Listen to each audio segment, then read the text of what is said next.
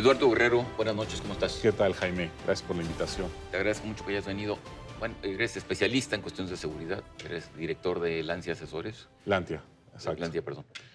Pero en fin, publicaste un artículo hace pocos días eh, que tuvo bastante repercusión y es algo que tiene que ver justamente con la movilidad en la Ciudad de México. Así es, Se acaba de elaborar un reglamento así que es. incluye justamente el asunto de los taxis, pero también el de las aplicaciones como Uber, Didi y otras, Cabify, etcétera, ¿no? Así es. Eh, ¿Cuál es tu primera apreciación de este reglamento? Pues mira, se anunciaron varias medidas que suenan muy bien, que están como dirigidas a combatir temas de corrupción, como por ejemplo procesar tu licencia de conducir o tu tarjeta de circulación vía digital, ¿no? Este, eh, en fin, este tipo de cosas que me parecieron muy amables. Pero hubo otras cosas, Jaime, que después al revisar yo las modificaciones, pues me preocuparon mucho, ¿no? Que no fueron anunciadas. Son cosas, asuntos, hay que decirlo, que ya venían de atrás, que son medidas que ya existían en la administración de Mancera y que parece que fueron aprobadas en esa administración, pero que las ratifica, digamos, esta administración, las hace suyas, ¿no? Y que tienen que ver con la prohibición de efectivo en las aplicaciones, no aceptar pagos en efectivo, les prohíbe eso. Y otro tiene que ver con el costo mínimo de los vehículos con los que operan estas apps, que fijaron primero el piso en 250,000 pesos Era y de al, 200 antes, ¿no? Anteriormente. era de 200, entonces anuncian 250, pero reculan al día siguiente y en una fe de ratas que publican regresa a 200, la dejan en Ah, 200, ya lo ¿no? dejaron en 200. Así es. Ahora, tanto el tema del pago en efectivo como este costo mínimo sí tienen una repercusión muy grave en la operación de estas apps, ¿no? Ahora, bueno, el tema es justamente las aplicaciones y los taxis, ¿no? Así es. Por ahí algún funcionario escribió hace tiempo que Uber podría ser así como una especie de taxi pirata. Supongo que no compartes esto, pero sí hay ahí un asunto de los taxistas están, digamos, reglamentados. Hay una serie de cuestiones que tienen que cubrir, no sé, tienen que pintar el taxi, tienen que pasar revista, etcétera, etcétera, etcétera. Ujú. Y ahora como que también se quiere expandir este tipo de reglamentación a las aplicaciones como Uber, Didi, Cabify, etcétera, ¿no? Así es. Entonces, ahí pues hay como una especie de piso parejo que tendría que ser piso parejo. Ajá. Sí, mira, yo creo que tanto a los taxis como a Uber se les han impuesto una serie de restricciones y regulaciones un tanto absurdas, ¿no?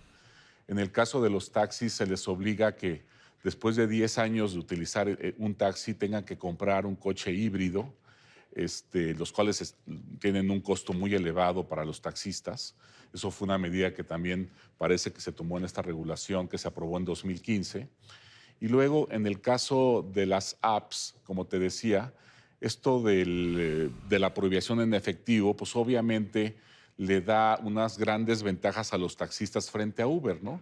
Los taxistas han presionado mucho al gobierno de la ciudad justamente para que implemente este tipo de medidas porque saben que las apps pues han vuelto muy populares en un segmento, en varios segmentos de la población, sobre todo, Jaime, gente que ha sufrido de la inseguridad, se ha refugiado mucho en las apps, de todos los estratos sociales, ¿no? Entonces, al tú poner estas restricciones, por ejemplo, de prohibir el efectivo, pues discriminas entre quienes utilizan transporte en la Ciudad de México y dejas básicamente a la mitad de la gente que utiliza transporte, que se mueve en la ciudad, sin la posibilidad de utilizar apps, porque no tienen tarjetas de crédito ni de débito, ¿no? Y curiosamente, pues es mucha de esta gente que más necesita las apps porque vive en lugares peligrosos, porque tiene que levantarse muy temprano y vive, por ejemplo, en las colindancias de la Ciudad de México con el Estado de México, que es sumamente problemático y en donde la delincuencia en el transporte está muy activa. Los asaltan cada rato en las combis, en los peceros, en los microbuses, y la gente pues opta por algunos trayectos al menos corto para que no les salga caro, pues utilizar a las apps, ¿no? Entonces, si tú les dejas sin posibilidad de pagar sin efectivo, pues tienen que un tanto, lo estás condenando a este transporte muy peligroso para tomar el metro, para tomar un metrobús que ya tienen mucho menos problemas de seguridad, ¿no? Ahora, tú mencionabas en tu artículo que la Suprema Corte se había pronunciado sobre esto, ¿no? Así es, Y bueno, además es un principio elemental. Si los así es, taxistas pueden cobrar en efectivo, pues un piso parejo es que todas puedan cobrar en efectivo. Ese es un dato. Y el otro dato es que Uber no solamente opera en la Ciudad de México, así opera es. digo, en todo el país Sí, o en buena parte del país. Entonces, en otros estados, no sé, sí, pongo el caso, no sé, de Jalisco, en Nuevo León, así pues es. no necesariamente se está imponiendo este tipo de reglamentación. Ahí hay una contradicción Por supuesto, manifiesta, ¿no? ¿no? Justamente qué bueno que tocas esto, porque es muy raro que justamente cuando ya tenemos una sentencia de la Suprema Corte en donde declara, por ejemplo, inconstitucional que se prohíba el pago en efectivo, tenemos un gobierno tan importante como el de la Ciudad de México que está ratificando esa medida, que la reafirma, que la refrenda, cuando justamente ya la Suprema Corte se pronunció por este tema y obviamente los pronunciamientos de la Suprema Corte pues son de resonancia y de aplicación nacional, ¿no? Entonces no me explico por qué, o más bien sí me explico, y yo creo que tiene que ver con estas movilizaciones y protestas y caos que generan continuamente los taxistas en varios puntos de la Ciudad de México, y ha sido la misma estrategia en Cancún o en otros lugares donde han presionado de manera muy efectiva a los gobernadores para que sigan teniendo muy limitadas y con muchas restricciones a estas aplicaciones, ¿no? Por ejemplo, si tú vas a Cancún, tomar un taxi del aeropuerto a tu hotel te va a salir en casi 1,000 pesos. Es una locura, ¿no? Cuando si hubiera aplicaciones, pues el viaje te costaría 200, 300 pesos, ¿no? Entonces, hay mucho todavía que avanzar en esto. Me parece que también las autoridades tienen que ser un poquito más echadas para adelante para enfrentar este tipo de movilizaciones y protestas de los taxistas y justamente comprometerse con el piso parejo y no darles estos privilegios y ventajas a los taxistas que por lo demás no han invertido dinero en modernizarse, en manejar más tecnología, en tener más seguridad para sus usuarios, ¿no? Sino al contrario, siguen siendo muy frecuentes en los taxis los abusos en el costo de los trayectos, las unidades no están bien cuidadas. Ahora, como haciéndole como abogado del diablo, Sí, defensor de los taxistas, que bueno, digo, también hay taxistas de todo tipo, pero lo que sí es cierto es que también hay una sobreregulación, ¿no?